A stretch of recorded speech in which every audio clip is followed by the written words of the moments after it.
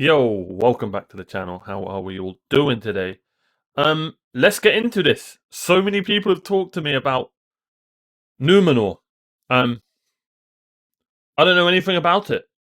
I know it's a big island and it has a really big importance in the lore during the Second Age, and that's about it.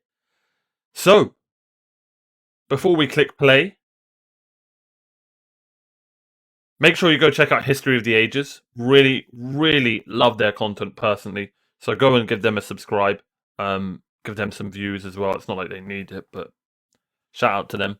And subscribe to my channel as well. Just hit the button like I've done over here. It's that simple. Let's get to 300 subscribers. That'd be great. And let's get into the video. Welcome to History of the Ages. Today we are looking at what happened in Numenor during the Second Age. Okay.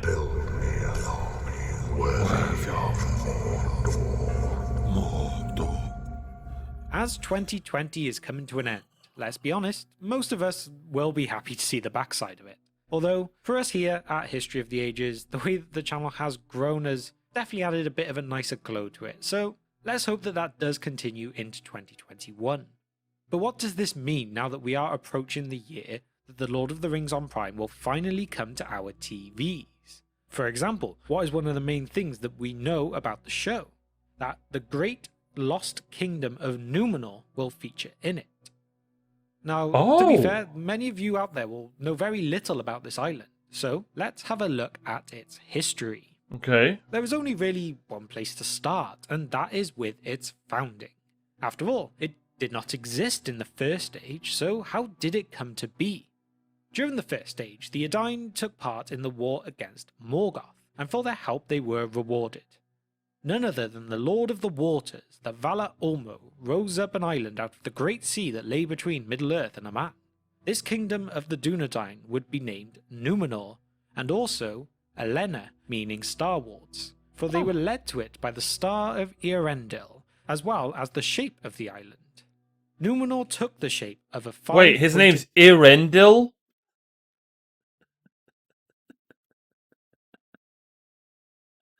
I've been saying Eärendil.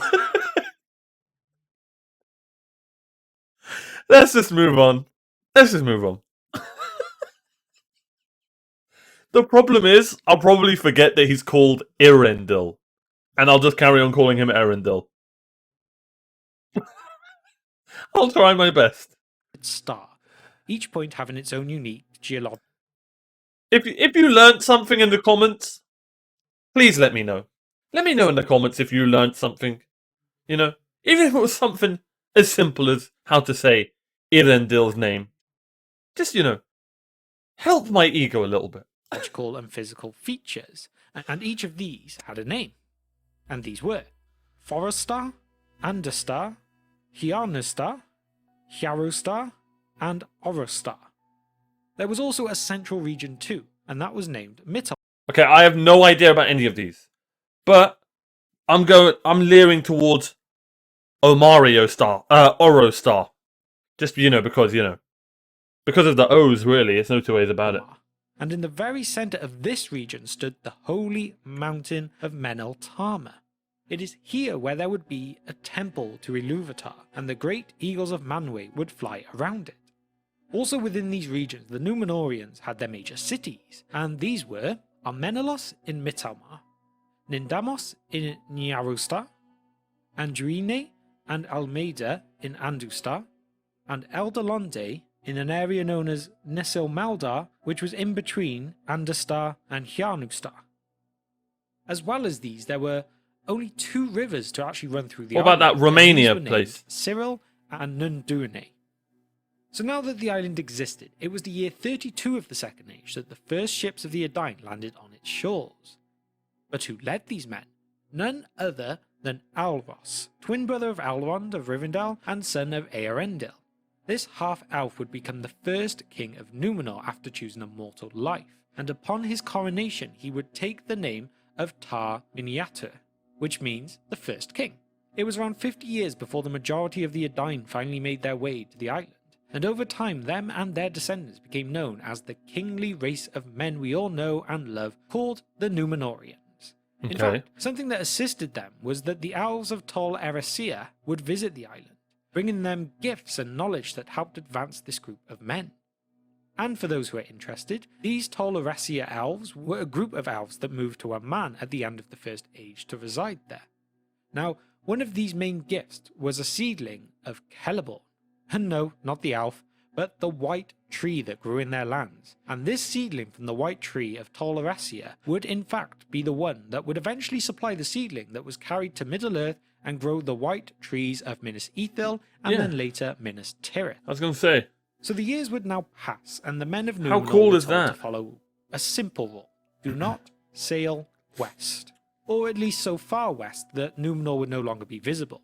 The Valar forbade this, for they feared that these men would come to the Undying Lands, which is somewhere that they were simply not allowed to visit. However, as the race of men tend to do, they became restless and wished to sail.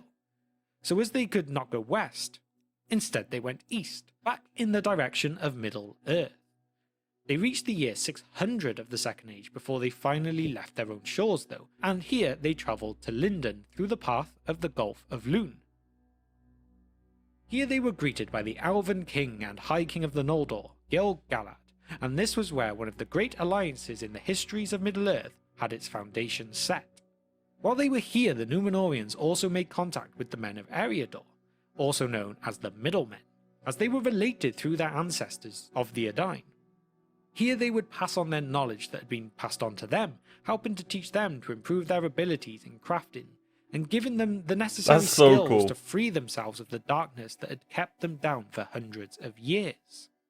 Damn. By the time of the year 750, the Númenóreans were getting more and more comfortable with sailing, and here the son of the then king, Tar-Meneldur, named Aldarion, set up the Guild of Venturers.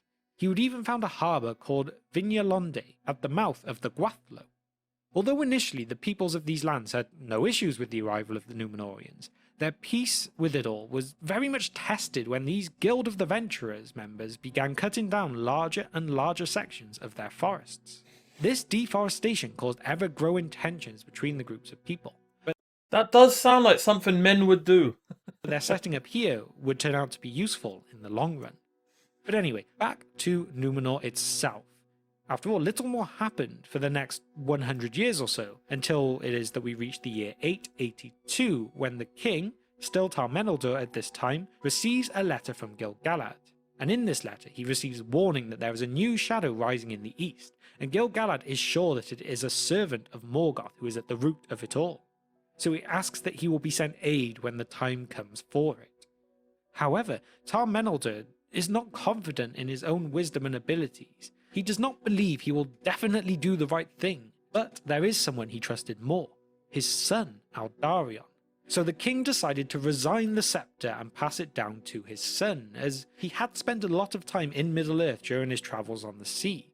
Also here, for those who are not sure, the scepter is what the kings and queens of Numenor used as their symbol of rule, as opposed to the usual symbol of a crown. A crown, yeah. So with this changing of king, the now Tar Aldarion travelled back once more to Middle-earth to answer Gil-galad's call, while the men back in Numenor began preparations for war themselves. War would not come quickly though, and this gave them time to establish settlements. So over the next few hundred years, the Númenóreans managed to set up havens and forts in preparation for the oncoming assault. The full invasion would not be launched by Sauron until the year 1695, but in the years before there were smaller attempts to ruin the Númenórean settlements, as they were not fully armed, but they still managed to hold strong up until this time. So, when it did reach the year that Sauron launched his attack, and Gil-galad sent word to Numenor for their king, now Tar-Minastir, it still took years before their navy actually got there and supported. 5 years to be precise. Damn! So although most of Eriador had been ruined by them, when the true force of Numenor teamed up with the elves, they managed to defeat Sauron in the Battle of the Gwathlo and reinstate peace into these lands. A lot of this is probably going to be in the show, guys. I'm down. But aren't we getting spoiled by knowing this? Spoilers! So this is where their initial settlement of this area came in useful. This victory would prove to be pivotal to the future of Numenor, although just how would not be obvious straight away. The Numenorians had revealed just how powerful a force they were with their hand in the conclusion of the War of the Elves and Sauron, and this caused a growing ego within their people. They became ever prouder and grew greater desire for wealth and even more power. Greed was becoming their new enemy. Their naval force was so powerful that... You notice how this is really starting to sound like, you know, actual people from nowadays? Oh, God. Greed, man. No one could dream to challenge it. And this meant that they would even go to create more settlements on the shores of Middle-earth, whether the previous occupants wanted it or not.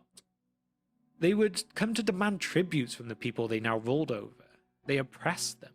But they were so blind to what they were doing that the Numenorians convinced themselves they were actually liberating these people, not oppressing them. This growing ego and blindness would cause them to question other things as well, mainly the ban of the Valar that they had suffered, as they grew ever more envious of the immortality of the Eldar and ever more resentful for receiving the gift of men. This would only ever grow as the years continued, and by the time of the king Tar-Kiriatan, who began his rule in the year 1869 and would be the 12th king of Numenor, he would attempt to gain some form of immortality through riches and ornate tombs. And this would also be continued then by his son after him, Tar-Atanamir, who began his rule in 2029, except that he would go even further in the sense of starting to speak more openly against the Valar, and many Numenorians agreed with what he said and taught. This would split the kingdom though, and by the time of his son then, Tar-Ankalimon, who began his rule in 2221, there would be a decisive split of two factions. One would be called the King's Men, who stayed faithful to the king and no longer wished to abide by the Elven customs and languages. And the other were called the Faithful, and these were the ones who refused to change their path and remained loyal to the Elves and the Valar. Come on, Orostar. Don't let me down. Come on! The King's Men would attempt to extend their power into Middle-earth over the next period of time, and by 2280 they had fortified Umbar, and they used this position to take over Harad and extend their dominions further south. It was reaching the point that even Sauron was growing ever more weary of them, despite hiding in these same lands. And at the same time, the Faithful decided to build their own harbour city called Pelagia on the great river Anduin, setting up the foundations for Gondor. But what about back on Numenor itself? By the year 2899, the line of the kings was now up to its 20th king, and this one named Ar-Adunakor. When this king was first born, most people of Numenor were no longer using the Elven tongues, so he was the first king to break with the tradition of taking their royal name in Quenya, instead taking his title in Adunaic, which is the name of the Numenorian language, meaning language of the West. His name was also blasphemous, since its very meaning signified Lord of the West, which properly referred to the Valar and Manwë himself. So it was deemed as a direct challenge to the lordship of the Valar, and the faithful Numenorians considered it an ill omen. And it is also no real surprise that during his reign he began the persecution of those faithfuls that would attempt to speak openly, with it even reaching the point that no elf would sail to the island in any public manner anymore. What? Despite this being a truly testing time for the faithful of Numenor, they did not all leave the lands, and the faithful would remain in the port of Anduin. But they would not be left alone, for by the time of Ar-Gimmelzor, who began his rule in 3102, the faithful would be forced to relocate to Romena, the main seaport of Numenor, except here the king closed off any access to elven visitors.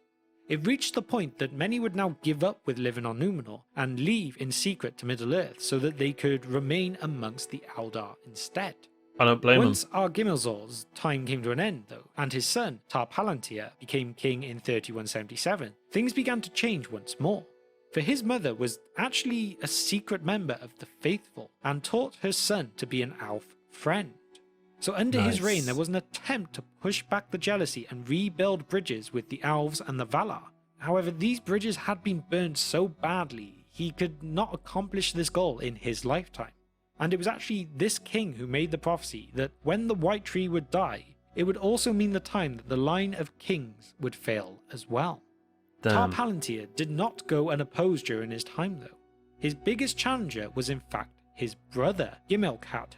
His brother had taken after his father in his beliefs, so he was always vocal in his opposition to his brother, and he would have a son named Pharazôn, who would come to play a major role in things to come. For Pharazôn was a mighty warrior who spent many years fighting away from the lands of Numenor, with the aims to extend the reach of Numenor's hold in Middle-earth. In the year 3243, the news of his father's passing would reach him, so he would return to Numenor and take over leadership of the king's men, and he raised up a rebellion against his uncle. When Tar Palantir died in 3255, he had no sons, only a daughter named Miriel. She was therefore in line to succeed her father to become queen, but Pharazôn usurped the scepter and forced her into marriage against not just her will, but also against the laws of Numenor, as here on this island, Numenor had prohibited first cousins from marrying, but nonetheless it happened anyway, and he proclaimed himself now Ar-Pharazôn the Golden. Oh my god! There's so much treachery and incest going on. No wonder they're making this a show. Name of Miriel to Ar-Zimrafel. For a few years, Ar-Pharazôn remained in Numenor. That is until the year 3261, when he would sail back to Middle-earth once more, this time to take down the re-emerging threat of Sauron. This struck fear into the heart of Sauron, and he surrendered to the might of his army, so Ar-Pharazôn took him back to Numenor as a hostage. At this point, a group of Numenorians, known as the Druidine, decided now was the time to truly leave Numenor once and for all. They didn't like what was going on, and this turned out to be a fairly wise move, for Sauron would work his way up from hostage to advisor to the king through his twisted words. He promised the Numenorians eternal life if they promised to worship Malkor instead, and their wish for immortality truly clouded their judgment. Ar-Pharazôn would come to build a 500-foot tall temple in tribute to Malkor as well, and here there were acts like human sacrifice taking place. These people have surely now moved so far away from the people who had once been given their own island as a reward for fighting against Malkor. This was not all that happened during this time, for, as mentioned before in Warning, the white tree, Nimloth the Fair, was chopped down and burned, also in sacrifice to Malkor. And it is here, at risk to his own life, that a name you may recognise appears.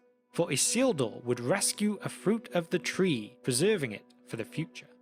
Sauron would continue to weave his way into the mind of Isildur, you legend. more and more. And by the year 3319, after preying on the king's fears of death and old age, he would be persuaded to build a great fleet of ships with the intention of sailing to Aman, declaring war on the Valar and taking the Undying Lands from them.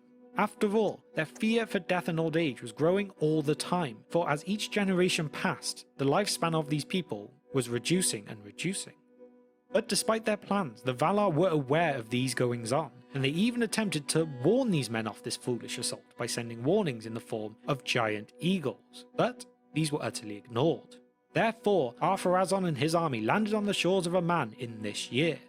The Valar were stuck with what to do though, for they were forbidden from killing or using any force against men, but they were wary of what damage that they could do to Valinor. So, the Valar would ask for assistance from none other than Ilúvatar. And Ilúvatar answered.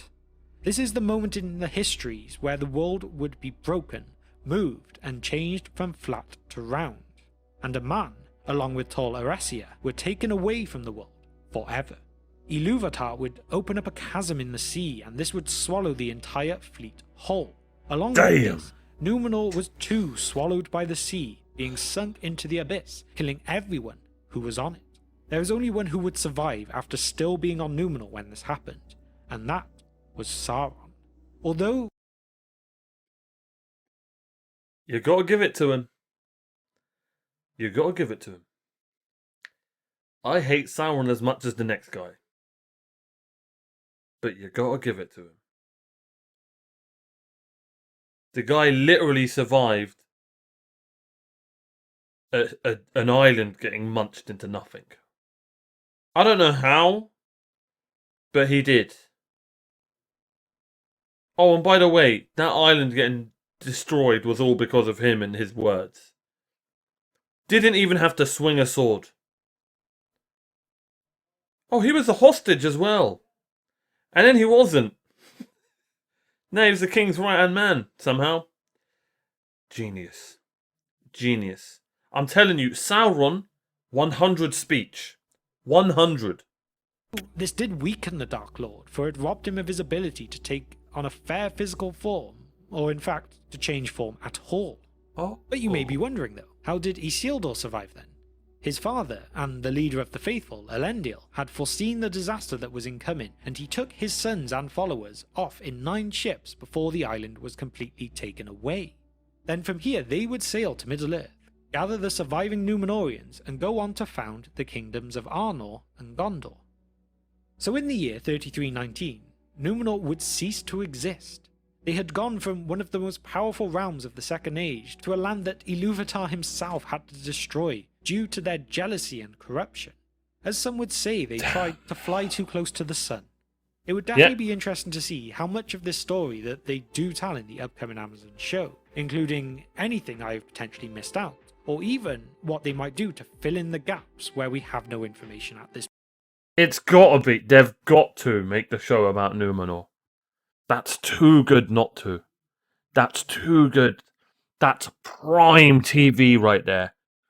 Treachery, battles, war, kings, queens, incest. You've got it all. You've got it all. Point. It's all there. Like I said before, we do know the land of Numenor is going to be a very central part to the Lord of the Rings on Prime show, with one of the very first teasers being a map of it. So that also makes me curious. Are there any parts of its history that you have heard here today that you hope they include? Or They'll probably start. They probably won't start from the beginning king. I'll tell you where I think they're going to start. They'll start with the white tree and the king that done the philosophy or whatever you call it. The prediction that when the tree burns or falls, everything goes wrong. I have a feeling they'll start from that and then the show will begin. Something along those lines.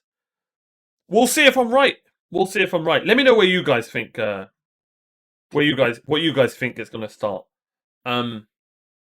Just a guess, just a little game. But yeah, I think it will be something along those lines. And I think Isildur is going to be the main character. Yeah, I think Isildur might be the main character. It just makes sense. It just makes sense. Because he was like the ending character in the Lord of the Rings movies. He was like the connection between them, sort of. I don't know. He might not be the main character, but I have a feeling he's going to be a huge part of it. Let me know. I think I'm going to do a video about Isildur soon. I need to do Isildur and the Valar. For sure. But that was great. or perhaps miss out from telling? Let me know what you think and why in the comments below. And now to finish off, I would like to give the biggest shout out. That was so good. Shout out to the History of the Ages, man. Such a good channel. Such a good channel. That was amazing. You've really kept me happy during these tough times. Oh. It would be great to see Numenor at the start as a great and pure place that is really beautiful. And that is subsequently and slowly starts to degrade over the course of the show to the point of full corruption. I'd like that as well, but I want more of Middle-earth as well, right? If that's the case, then isn't... Maybe I've missed something? Numenor's just men, right? Right? Let me know.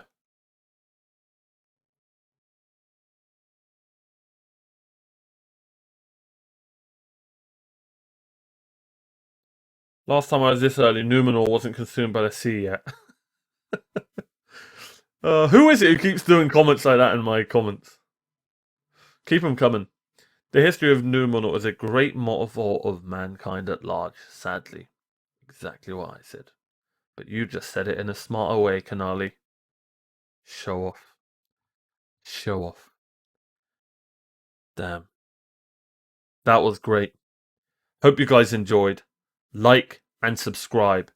And if you guys want me to react to any shows, movies, any more lore videos, let me know in the comments down below. And the full versions will be in my Patreon. Go check out my Patreon. The link will be in the description. I appreciate all of your support. Peace out. God bless. And I'll see you guys on the next video. Take care.